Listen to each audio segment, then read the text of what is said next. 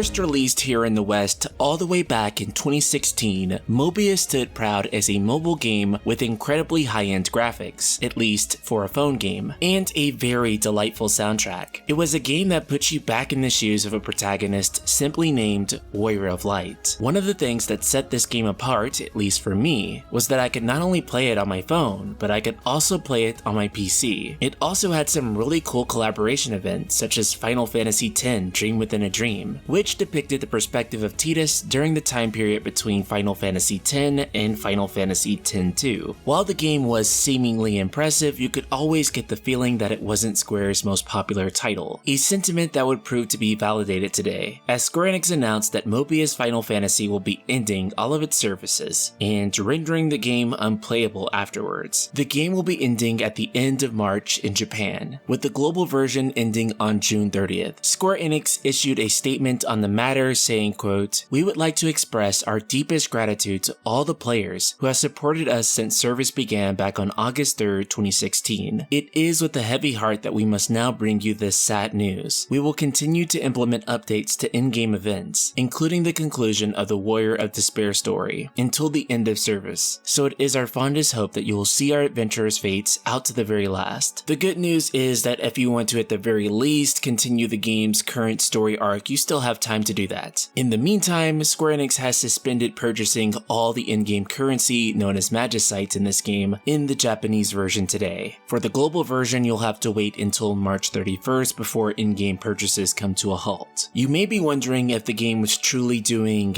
that bad. When looking at the data comparing the earnings, Mobius is Square Enix's least profitable AAA mobile game. Mobius barely made over $250,000 in the month of December, which for a free-to-play game is basically nothing. Honestly, that's barely enough to pay the development team or all the voice actors for the game. Also, Kingdom Hearts Union Cross also seems to be actively flirting with death. Only making $580,000 in the month of December, I could easily see it declining into the territory that would put it into risk alongside Mobius. The good news for Union Cross is that it takes far less financial investment than something like Mobius, which features detailed graphics and voice acting. But now with Mobius being shut down, this makes Union Cross one of the lowest performing mobile titles. But since I know quite a few people who enjoy that one, I hope it stays up. Although in many ways this doesn't come as too much of a surprise, as Square Enix's mobile division has been actively underperforming. Back in February of 2019, Square Enix posted weak financial results, with the company directly attributing underperforming mobile games as the reason. But this really shows us the dark side of mobile gaming. There are people who pour thousands of dollars into these games, and at any time they could literally shut down. Not too long ago, there was a story about a man who spent $12,000 playing Brave Exvius. While that game definitely won't be shutting down anytime soon, it's still a pretty scary thought that you could have spent all that money and it be for nothing that you keep in the end. And although Square Enix mobile games tend to be, let's just say, generous and allow you to play most of the story content without ever needing to pay to advance, those that have made purchases on Opera Omnia, Record Keeper, Union Cross, or now the late Mobius have spent their hard-earned money, and at any time they can just get shut down and that's the end of it. And the worst part about all of it is that when the game shuts down, that